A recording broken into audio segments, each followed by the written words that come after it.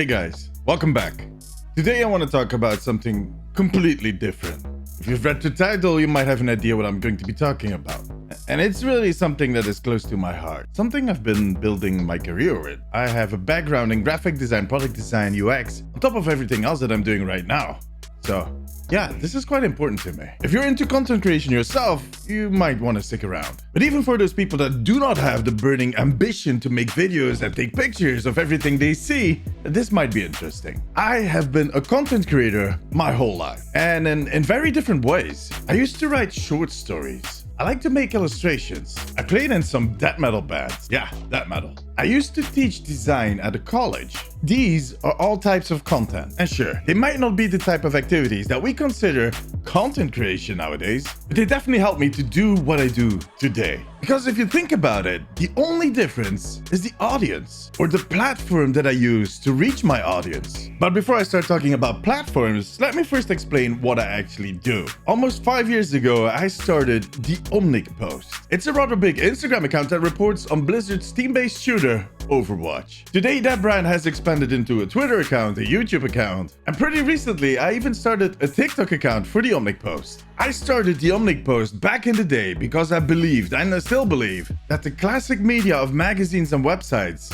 is close to dying. I personally believe that content should be created on the platform that your target audience is living on, the platform that they already are invested in, instead of trying to lure them to your own little dark corner of the internet. It is kind of crazy. Over the years, I've gotten so many offers from people that wanted to make me the OMNIC Post app, where people could get my news in a separate app. That would be a huge waste of money and time. Nobody would install it. Well, maybe my mom, if I installed it for her. So I had a really simple vision. I needed to be present on the platforms that my target audience was using. Easy, right?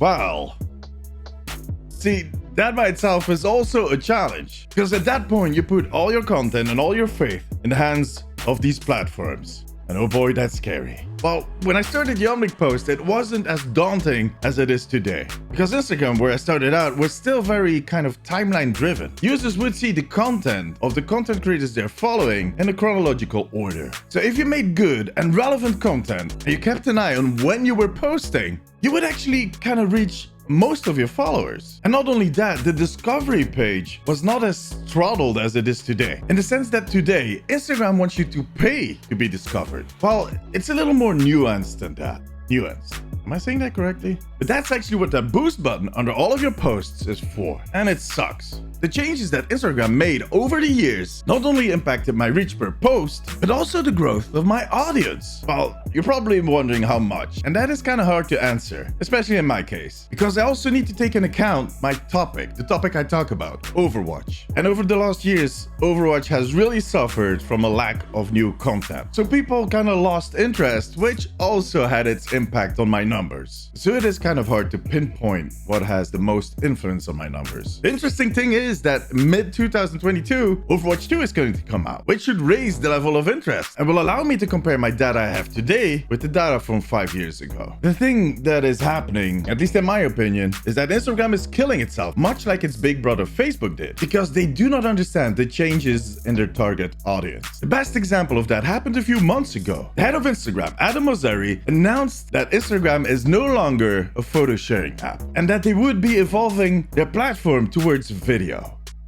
Okay.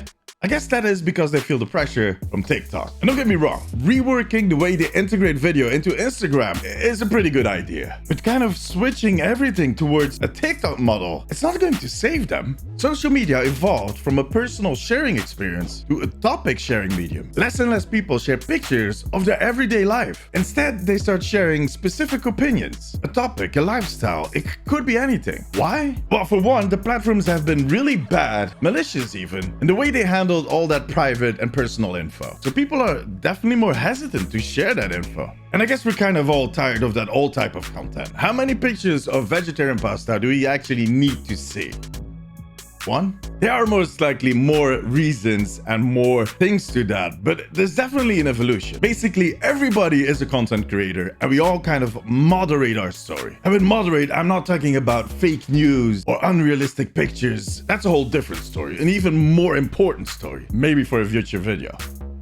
And with moderating, I mean that we're really selective on what we share and how we share it. We're all kind of building stories in a way. And it doesn't matter if that's video, pictures, text. There's actually a need for all of that. So Instagram, instead of trying to switch and become something different, needs to embrace their content. And I'm going to do you one even better. They need to reward the content, because that's the second issue they have. They're monetizing content, but they're not rewarding their creators. Even worse, they're taking money from the creators. A healthy content ecosystem actually has three parts to it: the user that interacts with the content creators that make the content, advertisers that want to reach the users and are willing to pay for it. So support your content creators by paying them and giving them the tools to make better content instead of some of the other things that we've seen. And users will all join in to watch that content. The more users you have, the more advertisers will be interested in your platform, and yeah, content is king. The fun thing is that, like I said, everybody is a content creator, but we're also all the other parts. One person can be a user, a content creator, and an advertiser. I make videos, but I watch a lot of other videos. And I would even pay to promote my new line of geeky socks. I don't have a brand that sells geeky socks, but I could. You get my point. And in that way, I guess TikTok is doing better. It might start to feel like I'm really kind of bashing on Instagram. But first off, it's the platform I use the most. And second, in the end, they all have their own issues. Enough issues for a few more of these videos in the future. But all of these issues are quite similar. They all struggle with the same questions. How do I service my user base of millions of people, reward good content, and maximize the profit for my stake or shareholders? And well, in my opinion, and it has always been the case, if you excel at the first two things in that list, to service your users and reward good content, that third part, it will follow. It's a long-term vision. Because the short-term vision, where you just kind of focus on financial gain, will result in a slow but certain downfall. I used to work for a social network that does no longer exist, so I've seen it happen. But in the end, I guess the only thing I can do is hope that I'm wrong or that they figure it out, because I would really miss all my followers on Instagram. I'll just keep making content, no matter what the platform is or what the topic is. So what I'm trying to tell you is make sure to follow. Alright? But for now, that was actually it. If you have anything to add, put it in the comments below. And I want to thank you all for watching. I'll see you guys in 2 weeks. Bye bye.